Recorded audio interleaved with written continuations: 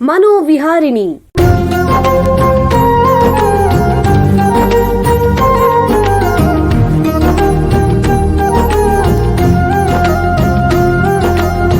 ಬೆಂಗಳೂರಿನ ನಿಮ್ಹಾನ್ಸ್ ವತಿಯಿಂದ ಮಾನಸಿಕ ಆರೋಗ್ಯ ಮತ್ತು ನರವಿಜ್ಞಾನ ಕುರಿತ ಪ್ರಾಯೋಜಿತ ಶಿಕ್ಷಣ ಮಾಲಿಕೆ.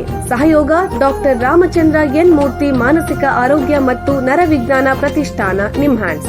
ಕೇಳಿ ಮಾನಸಿಕ ಆರೋಗ್ಯ ಮತ್ತು ನರವಿಜ್ಞಾನ ಕುರಿತ ಮಾಲಿಕೆ ಮನೋವಿಹಾರಿಣಿ. ನಮಸ್ಕಾರ ಶ್ರೋತೃಗಳೇ, ನಿಮಗೆಲ್ಲರಿಗೂ ಮನೋವಿಹಾರಿಣಿ ಶಿಕ್ಷಣ ಮಾಲಿಕೆಯ ಈ ಸಂಚಿಕೆಗೆ ಆತ್ಮೀಯ ಸ್ವಾಗತ. ಹಿಂದಿನ ಸಂಚಿಕೆಗಳಲ್ಲಿ ಸಾಮಾನ್ಯವಾದ ಮಾನಸಿಕ ಸಮಸ್ಯೆಗಳ ಬಗ್ಗೆ ಚರ್ಚೆ ಮಾಡ್ತಾ ಇದ್ವಿ. ಇವತ್ತಿನಿಂದ ಮುಂದಿನ 3 ಸಂಚಿಕೆಗಳಲ್ಲಿ ಇವುಗಳಿಗಿಂತ ಭಿನ್ನವಾದ ಮಾನಸಿಕ ಕಾಯಿಲೆ ಬಗ್ಗೆ ಚರ್ಚೆ ಮಾಡೋಣ. ನಿಮಗೆ ಗೊತ್ತಿರೋರು ಯಾರಾದರೂ ನಿಧಾನವಾಗಿ ಬದಲಾಗ್ತಾ ಇದ್ದಾರೆ ಅಂತ ನಿಮಗೆ ಗಮನಕ್ಕೆ ಬಂದಿದೆಯಾ? ಮುಂಚೆ ಇಷ್ಟಪಡ್ತಿದ್ದ ವಿಷಯಗಳಲ್ಲಿ ಆಸಕ್ತಿ ಕಳ್ಕೊಳ್ಳೋದು ಅಥವಾ ತಮ್ಮದೇ ಆದ ಜಗತ್ತಿನಲ್ಲಿ ಕಳೆದು ಹೋಗುವುದನ್ನು ಕಂಡಿದ್ದೀರಾ? ಇಂಥವರು ಕೆಲವೊಮ್ಮೆ ಗೊಂದಲದಿಂದ ಅಥವಾ ಬಹಳ ಚಿಂತೆ ಇರೋ ರೀತಿಯಲ್ಲಿ ವರ್ತಿಸಕ್ಕೆ ಪ್ರಾರಂಭಿಸ್ತಾರೆ. ಸ್ಪಷ್ಟವಾಗಿ ಯೋಚಿಸಕ್ಕೆ ಕಷ್ಟ, ಆಲೋಚನೆಗಳನ್ನು ವ್ಯಕ್ತಪಡಿಸಕ್ಕೆ ಕಷ್ಟ, ಅಥವಾ ಯಾವುದೋ ಒಂದು ಭಯ, ಯಾರ ಬಗ್ಗೆನೋ ಅನುಮಾನ ಇವರಲ್ಲಿ ಕಾಣಿಸ್ಬೋದು. ಇಂತಹವರು ಸ್ನೇಹಿತರೊಂದಿಗೆ ಮಾತಾಡೋದು ನಿಲ್ಲಿಸಬಹುದು ಅಥವಾ ವಿದ್ಯಾರ್ಥಿಯಾಗಿದ್ದಲ್ಲಿ ಶಿಕ್ಷಣದಲ್ಲಿ ಇದ್ದಕ್ಕಿದ್ದಂತೆ ಗಮನ ಕಳ್ಕೊಂಡು ಹಿಂದುಳಿಬಹುದು. ಇವು ದೌರ್ಬಲ್ಯ ಅಥವಾ ಕಳಪೆ ಸ್ವಭಾವದ ಲಕ್ಷಣಗಳಲ್ಲ. ಇವೆಲ್ಲ ಅವರ ಮನಸ್ಸಿನ ಆಳದಲ್ಲಿ ಏನೋ ನಡೀತಾ ಇದೆ ಅನ್ನೋದು ಸಂಕೇತ ಆಗಿರಬಹುದು. ಇದನ್ನ ಅರ್ಥ ಮಾಡ್ಕೊಳ್ಳದೆ ಇದ್ರೆ ನಾವು ಅವುಗಳನ್ನ ಒತ್ತಡ, ಸೋಮಾರಿತನ ಅಥವಾ ಮನಸ್ಥಿತಿಯ ಬದಲಾವಣೆ ಅಂತ ತಪ್ಪಾಗಿ ಭಾವಿಸಬಹುದು. ಆದರೆ ಈ ಬದಲಾವಣೆಗಳ ಹಿಂದೆ ಮಿದುಳು ತನ್ನಲ್ಲಿ ನಡೀತಾ ಇರೋ ಆಲೋಚನೆಗಳು, ಭಾವನೆಗಳು ಮತ್ತು ಸುತ್ತಲಿನ ವಾಸ್ತವವನ್ನು ಹೇಗೆ ಅರ್ಥ ಮಾಡ್ಕೊಳ್ಳೋದು ಅನ್ನೋದ್ರ ಬಗ್ಗೆ ತೊಂದರೆ ಎದುರಿಸ್ತಾ ಇರಬಹುದು. ಇಂಥವ್ರನ್ನ ಕಂಡಾಗ ಅವರಿಗೆ ಈ ರೀತಿ ಅನುಭವಗಳು ಹೇಗಾಗತ್ತೆ, ಏಕೆ ಸಂಭವಿಸುತ್ತೆ, ಅವರು ತಮ್ಮ ದೈನಂದಿನ ವಾಸ್ತವದೊಂದಿಗೆ ಸಂಪರ್ಕ ಕಳೆದುಕೊಳ್ಳಲು ಕಾರಣ ಏನು, ಇದನ್ನು ಹೇಗೆ ಗುರುತಿಸಬಹುದು, ಇವರಿಗೆ ಯಾವ ರೀತಿ ಸಹಾಯ ಮತ್ತು ಕಾಳಜಿ ಅವಶ್ಯ ಅನ್ನೋದನ್ನ ತಿಳ್ಕೋಬೇಕು. ಮುಂದಿನ ಕಂತುಗಳಲ್ಲಿ ಇಂತಹ ವಿಭಿನ್ನವಾದ ಸಮಸ್ಯೆಗಳಿರೋ ಸ್ಕಿಜೋಫ್ರೀನಿಯಾ ಎಂಬ ಗಂಭೀರವಾದ ಮಾನಸಿಕ ಕಾಯಿಲೆ ಬಗ್ಗೆ ತಜ್ಞರಿಂದ ಮಾಹಿತಿ ಸಂಗ್ರಹಿಸೋಣ. ಮನೋವೈದ್ಯಕೀಯ ಶಾಸ್ತ್ರದಲ್ಲಿ ಸುಮಾರು 30 ವರ್ಷಗಳಿಂದ ವೈದ್ಯಕೀಯ ಸೇವೆ ಮತ್ತು ಸಂಶೋಧನೆ ಮಾಡ್ತಾ ಇರೋ ನಿಮ್ಹಾನ್ಸ್ನ ಸೈಕ್ಯಾಟ್ರಿ ವಿಭಾಗದ ಮುಖ್ಯಸ್ಥರು, ಪ್ರಾಧ್ಯಾಪಕರು ಆಗಿರುವಂತಹ ಡಾಕ್ಟರ್ ಜಗದೀಶ್ ತೀರ್ಥಹಳ್ಳಿಯವರು ನಮ್ಮ ಜೊತೆಗಿದ್ದಾರೆ. ಅವರನ್ನು ಸ್ವಾಗತಿಸೋಣ. ನಮಸ್ಕಾರ ಡಾಕ್ಟರ್ ಜಗದೀಶ್ ಅವರೇ. ನಮಸ್ಕಾರ. ನಿಮಗೆ ಈ ಕಾರ್ಯಕ್ರಮಕ್ಕೆ ಸ್ವಾಗತ. ಡಾಕ್ಟರ್ ಜಗದೀಶ್ ಅವರೇ, ನಿಮಗೆ ಮೊದಲನೇ ಪ್ರಶ್ನೆ ಏನು ಅಂತಂದ್ರೆ, ಈ ಸ್ಕಿಜೋಫ್ರೀನಿಯಾ ಅಂತಂದ್ರೆ ಏನು? ಸ್ಕಿಜೋಫ್ರೀನಿಯಾ ಅಂತಂದ್ರೆ ನೀವು ಈಗಾಗಲೇ ಹೇಳ್ದಂಗೆ ಒಂದು ಗಂಭೀರವಾದ ಅಥವಾ ತೀವ್ರತರವಾದ ಮಾನಸಿಕ ಕಾಯಿಲೆ. ಈ ಕಾಯಿಲೆ ಇರುವ ವ್ಯಕ್ತಿಯ ಯೋಚನೆ, ಗ್ರಹಿಕೆ, ಭಾವನೆ ಮತ್ತು ವರ್ತನೆಗಳಲ್ಲಿ ಬಹಳ ಬದಲಾವಣೆಗಳು ಕಂಡು ಬರ್ತವೆ. ಉದಾಹರಣೆಗೆ, ಯಾರೋ ನನ್ನನ್ನು ಗಮನಿಸ್ತಾ ಇದ್ದಾರೆ, ಯಾರೋ ನನಗೆ ಹಾನಿ ಮಾಡಲಿಕ್ಕೆ ಪ್ರಯತ್ನಿಸುತ್ತಿದ್ದಾರೆ, ಬೇರೆಯವರು ನನ್ನ ಬಗ್ಗೆನೇ ಮಾತಾಡ್ತಿದ್ದಾರೆ ಇತ್ಯಾದಿ ಅನುಮಾನಗಳು ಬರೋದು ಸರ್ವೇ ಸಾಮಾನ್ಯ. ಹಾಗೇನೆ ಈ ಕಾಯಿಲೆ ಇರುವ ಹಲವರಿಗೆ ಬೇರೆಯವರಿಗೆ ಕೇಳದ ದನಿಗಳು ಕೇಳಿಸ್ತವೆ ಮತ್ತು ಅವರು ಅದಕ್ಕೆ ಪ್ರಕಾರವಾಗಿ ವರ್ತಿಸ್ಲಿಕ್ಕೆ ಶುರು ಮಾಡ್ತಾರೆ. ಹಾಗಾಗಿ ಅವರು ತಮ್ಮಷ್ಟಕ್ಕೆ ಮಾತನಾಡ್ತಾ ಇರೋ ಹಾಗೆ ಅಥವಾ ನಗ್ತಾ ಇರೋ ಹಾಗೆ ಕಾಣಿಸ್ಕೊಳ್ತಾರೆ. ಅವರಲ್ಲಿ ಬುದ್ಧಿಶಕ್ತಿಯಲ್ಲಿ ಮಾತ್ರ ಬದಲಾವಣೆ ಏನಾಗೋದಿಲ್ಲ, ಆದ್ರೆ ಅವರಿಗೆ ಏಕಾಗ್ರತೆ, ಅವರು ಯೋಚಿಸುವಂತಹ ವೇಗ, ಜ್ಞಾಪಕ ಶಕ್ತಿ ಇತ್ಯಾದಿಗಳಲ್ಲಿ ಸೂಕ್ಷ್ಮ ಬದಲಾವಣೆಗಳು ಕಂಡು ಬರ್ತವೆ. ಈ ಕಾಯಿಲೆ ಇರುವ ಹಲವರಲ್ಲಿ ಜೀವನದ ಬಗೆಗಿನ ಆಸಕ್ತಿ, ಉತ್ಸಾಹ ಇವೆಲ್ಲ ಕಡಿಮೆ ಆಗಿ ಅವರು ಗೊತ್ತು ಗುರಿ ಇಲ್ಲದೆ ಜೀವನ ಸಾಗಿಸ್ಲಿಕ್ಕೆ ಪ್ರಾರಂಭಿಸ್ತಾರೆ. ಮತ್ತೆ ಹಲವರು ಬೀದಿಗಳಲ್ಲಿ ಗೊತ್ತು ಗುರಿ ಇಲ್ಲದೆ ಅಲಿತಿರ್ತಾರೆ. ಇಂಥವ್ರನ್ನ ಸಮಾಜ ಹುಚ್ಚ ಅಥವಾ ಹುಚ್ಚಿ ಅಂತ ಒಂದು ತುಚ್ಛವಾಗಿ ಕಾಣೋದನ್ನ ನೀವು ಗಮನಿಸಿರಬಹುದು. ಹೌದು ಹೌದು. ಅಂದ್ರೆ ವಾಸ್ತವದಿಂದ ದೂರವಾಗಿರ್ತಾರೆ ಅಂತ ಒಟ್ಟಾರೆ ಹೇಳೋದಾದ್ರೆ. ಹೌದು.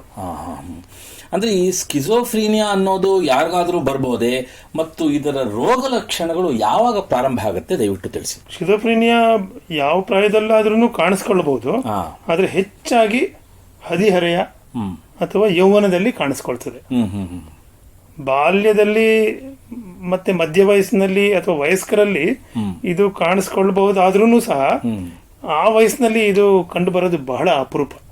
ಹೆಚ್ಚಾಗಿ ಹದಿಹರೆಯ ಮತ್ತು ಯೌವನದಲ್ಲಿ ಇರುವಂತಹ ವ್ಯಕ್ತಿಗಳು ಒಂದು 18ರಿಂದ 40-45 ವರ್ಷದ ಮಧ್ಯದಲ್ಲಿ ಕಾಣಿಸ್ಕೊಳ್ತದೆ.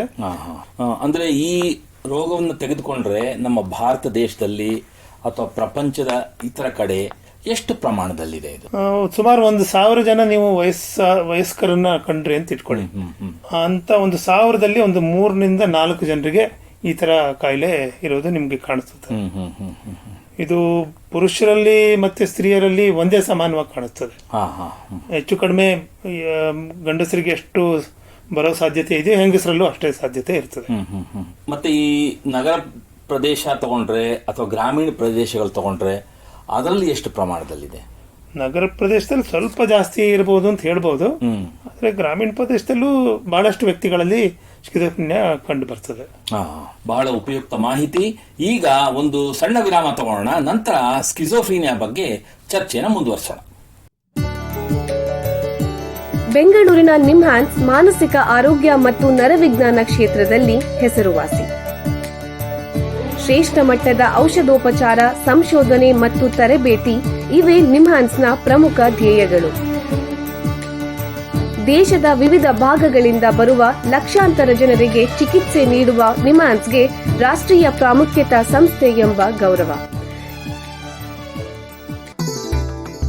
ಚಿಕಿತ್ಸೆ ಮತ್ತು ವೈದ್ಯಕೀಯ ಸೇವೆಗಳ ಜೊತೆಯಲ್ಲಿ ನರರೋಗ ಮತ್ತು ಮನೋವೈದ್ಯಕೀಯ ಪುನರ್ವಸತಿ ಸೇವೆಗಳು, ಸಮುದಾಯ ಮಟ್ಟದ ಆರೋಗ್ಯ ಕಾರ್ಯಕ್ರಮಗಳನ್ನು ನಡೆಸುವುದು ಹಾಗೂ ಜನಜಾಗೃತಿ ಮೂಡಿಸುವ ಕೆಲಸಗಳಲ್ಲಿ ಸಕ್ರಿಯವಾಗಿದೆ ನಿಮ್ಹಾನ್ಸ್. ಈ ನಿಟ್ಟಿನಲ್ಲಿ ಆಕಾಶವಾಣಿಯ ಶ್ರೋತೃಗಳಿಗೆ ನರಮಂಡಲ ಮತ್ತು ಮಾನಸಿಕ ಆರೋಗ್ಯದ ಬಗ್ಗೆ ಉಪಯುಕ್ತ ಮಾಹಿತಿ ನೀಡುವುದೇ ಡಾಕ್ಟರ್ ರಾಮಚಂದ್ರ ಎನ್ ಮೂರ್ತಿ ಮಾನಸಿಕ ಆರೋಗ್ಯ ಮತ್ತು ನರವಿಜ್ಞಾನ ಪ್ರತಿಷ್ಠಾನ ನಿಮ್ಹಾನ್ಸ್ನ ಸಹಯೋಗದೊಂದಿಗೆ ಮೂಡಿಬರುತ್ತಿರುವ ಈ ಮನೋವಿಹಾರಿಣಿ ಶಿಕ್ಷಣ ಮಾಲಿಕೆಯ ಮೂಲ ಉದ್ದೇಶ. ವಿರಾಮದ ನಂತರ ಮನೋವಿಹಾರಣಿಯ ಈ ಸಂಚಿಕೆಗೆ ನಿಮಗೆಲ್ಲರಿಗೂ ಮತ್ತೊಮ್ಮೆ ಸ್ವಾಗತ. ವಿರಾಮಕ್ಕೆ ಮುಂಚೆ ಸ್ಕಿಜೋಫ್ರೀನಿಯಾ ಎಂಬ ಗಂಭೀರ ಮಾನಸಿಕ ಸಮಸ್ಯೆಯ ಬಗ್ಗೆ ನಿಮ್ಹಾನ್ಸ್ನ ತಜ್ಞರಾದ ಡಾಕ್ಟರ್ ಜಗದೀಶ್ ತೀರ್ಥಹಳ್ಳಿ ಅವರ ಹತ್ರ ಮಾತಾಡ್ತಾ ಇದ್ವಿ. ಈಗ ಈ ಚರ್ಚೆನ ಮುಂದುವರ್ಸೋಣ. ಡಾಕ್ಟ್ರೇ, ವಿರಾಮಕ್ಕೆ ಮುಂಚೆ ನೀವು ಈ ರೋಗ ಲಕ್ಷಣದ ಬಗ್ಗೆ ತಿಳಿಸ್ತಾ ಇದ್ರಿ. ಈ ಸ್ಕಿಜೋಫ್ರೀನಿಯಾದಿಂದ ಆ ವ್ಯಕ್ತಿಯ ಜೀವನದಲ್ಲಿ ಆಗುವಂತಹ ಪರಿಣಾಮಗಳೇನು ದಯವಿಟ್ಟು ತಿಳಿಸಿ. ಸ್ಕಿಜೋಫ್ರೀನಿಯಾದಿಂದ ವ್ಯಕ್ತಿಯ ಜೀವನದಲ್ಲಿ ಮಹತ್ತರವಾದ ಬದಲಾವಣೆಗಳು ಉಂಟಾಗ್ತವೆ. ತಮ್ಮ ಕೆಲಸಗಳನ್ನ ಸಮರ್ಪಕವಾಗಿ ನಿರ್ವಹಿಸಲಿಕ್ಕೆ ಅವರಿಗೆ ತೊಂದರೆ ಆಗ್ತದೆ. ಇದರಿಂದ ಓದು ಮತ್ತು ಉದ್ಯೋಗದಲ್ಲಿ ಬಹಳ ತೊಂದರೆ ಆಗೋ ಚಾನ್ಸಸ್ ಇರ್ತದೆ. ಸರಿಯಾದ ಚಿಕಿತ್ಸೆ ಸಿಗದೇ ಇದ್ರೆ ಹಲವರು ಓದನ್ನು ನಿಲ್ಲಿಸಬೇಕಾಗ್ತದೆ. ಬಹಳಷ್ಟು ಜನ ಉದ್ಯೋಗ ಕಳೆದುಕೊಂಡು ನಿರುದ್ಯೋಗಿಗಳಾಗಿ ಜೀವನ ಸಾಗಿಸಬೇಕಾಗ್ತದೆ. ಅವರ ಯೋಚನೆ ಮತ್ತು ವರ್ತನೆ ದೆಸೆಯಿಂದ ಅವರ ಮನೆಯವರು ಮತ್ತು ಹೊರಗಿನವರನ್ನ ಜೊತೆಗಿನ ಅವರ ಸಂಬಂಧ ಕೆಡಬಹುದು. ಮತ್ತೆ ತೀವ್ರತರದ ಕಾಯಿಲೆಗಿರೋ ಇರುವಂತ ವ್ಯಕ್ತಿಗಳು ತಮ್ಮ ವೈಯಕ್ತಿಕ ಶುಚಿತ್ವವನ್ನೇ ಮರೆತು ಜೀವನ ಸಾಗಿಸುವುದನ್ನು ನಾವು ಸಾಮಾನ್ಯವಾಗಿ ಕಾಣಿಸ್ತೇವೆ. ಅಂದ್ರೆ ಇವಾಗ ನಿಮ್ಮ ಪ್ರಕಾರ ಈ ಸ್ಕಿಜೋಫ್ರೀನಿಯಾ ಅನ್ನೋದು ಒಬ್ಬ ವ್ಯಕ್ತಿಯಲ್ಲಿ ಕಾಣಿಸ್ಕೊಳ್ಳಕ್ಕೆ ಮುಖ್ಯವಾದ ಕಾರಣಗಳೇನು? ಅಂದ್ರೆ ಅವರ ಮೆದುಳಲ್ಲೇ ಏನೋ ಸಮಸ್ಯೆ ಇದೆ, ಅಥವಾ ಯಾವುದೋ ಮಾನಸಿಕ ಒತ್ತಡವೇ, ಅಥವಾ ಯಾವ್ದಾದ್ರು ಸಾಮಾಜಿಕ ಕಾರಣ ಇರಬಹುದೇ? ನೀವು ಬಹಳ ಒಳ್ಳೇದು ಆದ್ರೆ ಕಷ್ಟಕರವಾದ ಪ್ರಶ್ನೆ ಕೇಳಿದ್ರಿ. ಸ್ಕಿಜೋಫ್ರೀನಿಯಾಗೆ ಚಿಕಿತ್ಸೆ ಕೊಡುವ ಕ್ಷಮತೆ ನಮ್ಮಲ್ಲಿ ಇದ್ರೂ ಅದರ ಕಾರಣ ಕಂಡು ಹಿಡಿಯಲಿಕ್ಕೆ ಇನ್ನೂ ಸಾಧ್ಯ ಆಗಿಲ್ಲ ಅಂತ ಹೇಳ್ಬೋದು.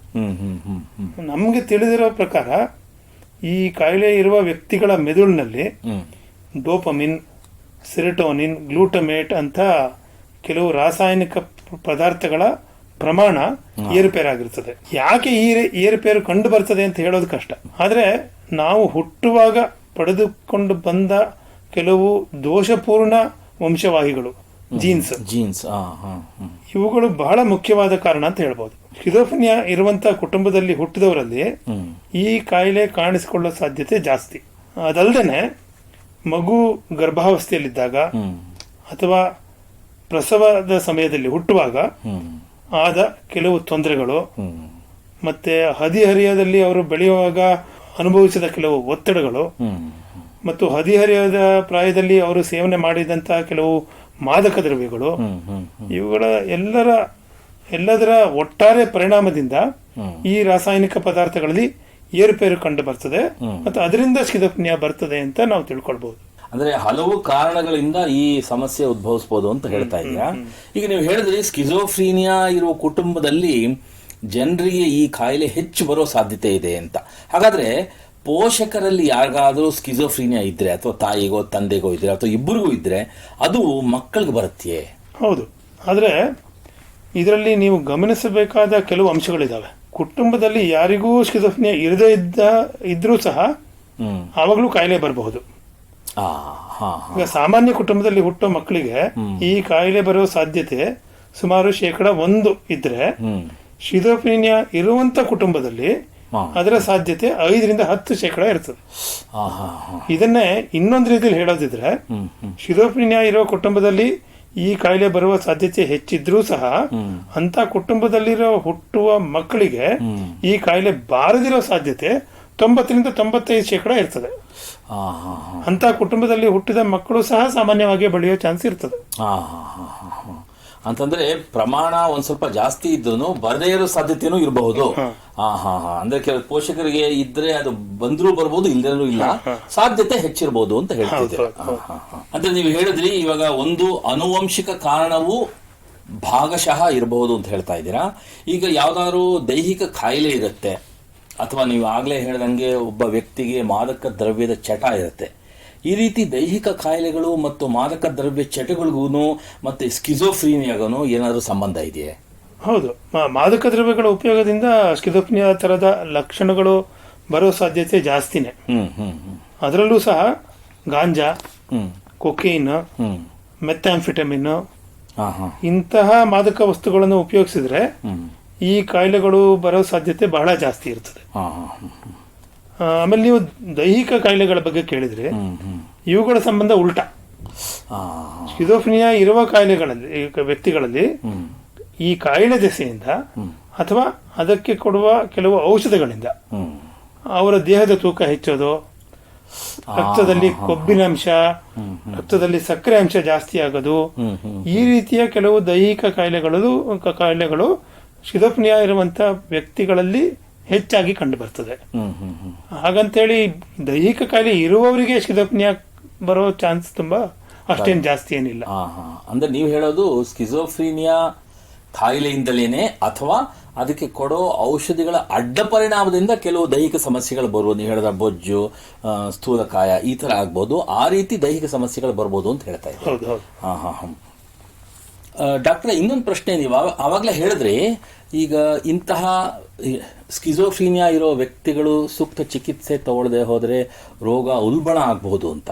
ಅಂದ್ರೆ ಇಂತಹ ರೋಗಿಗಳಿಗೆ ಸೂಕ್ತ ಚಿಕಿತ್ಸೆ ದೊರಕ್ತಾ ಇದೆಯಾ? ಅದು ತಗೊಂಡ್ರೆ ಏನಾಗುತ್ತೆ, ದಯವಿಟ್ಟು ತಿಳಿಸಿ. ಒಳ್ಳೆ ಪ್ರಶ್ನೆ. ಇದಕ್ಕೆ ಚಿಕಿತ್ಸೆ ಇದೆ, ಆದ್ರೆ ಪ್ರಾಬ್ಲಮ್ ಏನಂತಂದ್ರೆ ನಮ್ಮ ಜನಸಾಮಾನ್ಯರಿಗೆ ಇದೊಂದು ಕಾಯಿಲೆ ಅಂತಾನೂ ಗೊತ್ತಿರೋದಿಲ್ಲ, ಇದಕ್ಕೆ ಚಿಕಿತ್ಸೆ ಇದೆ ಅಂತಾನೂ ಗೊತ್ತಿರೋದಿಲ್ಲ. ಎಷ್ಟೋ ಜನ ಈ ತರ ಕಾಯಿಲೆ ಲಕ್ಷಣಗಳಲ್ಲಿ ಇರೋರನ್ನ ದೇವಸ್ಥಾನಗಳಿಗೆ, ಮಂತ್ರವಾದಿಗಳ ಹತ್ರ, ದರ್ಗಾ, ಚರ್ಚ್ ಇಂತಹ ಪ್ರದೇಶಗಳಿಗೆ ಕರ್ಕೊಂಡು ಹೋಗ್ತಾರೆ. ಮತ್ತೆ ಅವರು ವೈದ್ಯಕೀಯ ಸಹಾಯ ಪಡೆಯೋದಕ್ಕೆ ಹಿಂಜರಿತಾರೆ. ಆದ್ರೆ ಅವರು ಬೇರೆ ಬೇರೆ ಸಹಾಯ ಪಡ್ಕೊಳ್ಳೋದ್ರ ಜೊತೆಗೇನೆ ವೈದ್ಯಕೀಯ ಸಹಾಯನೂ ತಗೊಂಡ್ರೆ ಆವಾಗ ಆ ವ್ಯಕ್ತಿಗಳು ಗುಣಮುಖರಾಗೋದಕ್ಕೆ ತುಂಬಾ ಅವಕಾಶ ಇರ್ತದೆ. ನಿಮ್ಗೆ ಗೊತ್ತಿದೆಯಲ್ಲೋ ಗೊತ್ತಿಲ್ಲ, ಭಾರತದಲ್ಲಿ 100 ಜನರಲ್ಲಿ ಸ್ಕಿಜೋಫ್ರಿನಿಯಾ ಇದ್ರೆ ಬರೀ 10ರಿಂದ 15 ಜನಗಳಿಗೆ ಚಿಕಿತ್ಸೆ ಸಿಗ್ತಾ ಇದೆ. ಉಳಿದ 80-85% ಜನಗಳಿಗೆ ಇದರ ಚಿಕಿತ್ಸೆನೇ ಸಿಗ್ತಾ ಇಲ್ಲ. ಗೊತ್ತಿರೋದಿಲ್ಲ ಅಥವಾ ಗೊತ್ತಿದ್ದು ಚಿಕಿತ್ಸೆ ತಗೊಳ್ಳಕ್ಕೆ ಪ್ರಯತ್ನ ಪಡಲ್ಲ. ಬಹಳ ಉಪಯುಕ್ತ ಮಾಹಿತಿ ನೀಡಿದ್ದೀರಾ. ನೋಡಿ, ನಿಮ್ಮ ಹತ್ರ ಮಾತಾಡ್ತಾ ಕಾಲ ಕಳೆದಿದ್ದೇ ಗೊತ್ತಾಗ್ಲಿಲ್ಲ. ಇಲ್ಲಿಗೆ ಸಂಚಿಕೆ ಮುಗಿಸುವಂತ ಸಮಯ ಆಗ್ತಾ ಇದೆ. ಡಾಕ್ಟರ್ ಜಗದೀಶ್ ಅವರೇ, ಎಲ್ಲ ಕೇಳುಗರಿಗೆ ಸ್ಕಿಜೋಫ್ರಿನಿಯಾ ಬಗ್ಗೆ ಉಪಯುಕ್ತ ಮಾಹಿತಿ ನೀಡಿದ್ದೀರಾ. ನಿಮಗೆ ಎಲ್ಲರ ಪರವಾಗಿ ಧನ್ಯವಾದಗಳು. ಶ್ರೋತೃಗಳೇ, ಮಾನಸಿಕ ಆರೋಗ್ಯ ಮತ್ತು ನರವಿಜ್ಞಾನದ ಬಗ್ಗೆ ಇನ್ನೂ ಹೆಚ್ಚಿನ ಮಾಹಿತಿಯೊಂದಿಗೆ, ಅದರಲ್ಲೂ ಮುಖ್ಯವಾಗಿ ಸ್ಕಿಜೋಫ್ರಿನಿಯಾ ಬಗ್ಗೆ ಹೆಚ್ಚಿನ ಮಾಹಿತಿಯೊಂದಿಗೆ ಮನೋವಿಹಾರಣೆಯ ಮುಂದಿನ ಸಂಚಿಕೆಯಲ್ಲಿ ಭೇಟಿಯಾಗೋಣ. ನಮಸ್ಕಾರ. ಇಲ್ಲಿಯವರೆಗೆ ಬೆಂಗಳೂರಿನ ನಿಮ್ಹಾನ್ಸ್ ವತಿಯಿಂದ ಮಾನಸಿಕ ಆರೋಗ್ಯ ಮತ್ತು ನರವಿಜ್ಞಾನ ಕುರಿತ ಪ್ರಾಯೋಜಿತ ಶಿಕ್ಷಣ ಮಾಲಿಕೆ ಮನೋವಿಹಾರಿಣಿ ಕೇಳಿದಿರಿ. ಸಹಯೋಗ ಡಾಕ್ಟರ್ ರಾಮಚಂದ್ರ ಎನ್ ಮೂರ್ತಿ, ಮಾನಸಿಕ ಆರೋಗ್ಯ ಮತ್ತು ನರವಿಜ್ಞಾನ ಪ್ರತಿಷ್ಠಾನ, ನಿಮ್ಹಾನ್ಸ್. ನೆರವು ಡಾಕ್ಟರ್ ಕೆಎಸ್ ಮೀನಾ, ನಿಮ್ಹಾನ್ಸ್. ಮಾನಸಿಕ ಆರೋಗ್ಯ ಶಿಕ್ಷಣ ವಿಭಾಗ, ನಿಮ್ಹಾನ್ಸ್ ಹಾಗೂ ನಿವೇದಿತಾ ಬಿಎಸ್, ನಿಮ್ಹಾನ್ಸ್. ಸಂಗೀತ ಸಂಯೋಜನೆ ಕೆ ಕಲ್ಯಾಣ್. ಪರಿಕಲ್ಪನೆ, ನಿರೂಪಣೆ ಮತ್ತು ನಿರ್ಮಾಣ ಡಾಕ್ಟರ್ ಎಂಎಂ ಶ್ರೀನಿವಾಸ್ ಭರತ್, ನಿಮ್ಹಾನ್ಸ್. ನಿಮ್ಮ ಸಂದೇಶಗಳನ್ನು ಕಳಿಸಬೇಕಾದ ದೂರವಾಣಿ ಸಂಖ್ಯೆ 7891105524 7899105524. 924. ವಾಟ್ಸ್ಆಪ್ ಸಂದೇಶಗಳು ಮಾತ್ರ. ಈ ಕಾರ್ಯಕ್ರಮದ ಮುಂದಿನ ಸಂಚಿಕೆ ಮುಂದಿನ ವಾರ ಇದೇ ಸಮಯಕ್ಕೆ ಮನೋವಿಹಾರಿಣಿ ಮಾಲಿಕೆಯಲ್ಲಿ.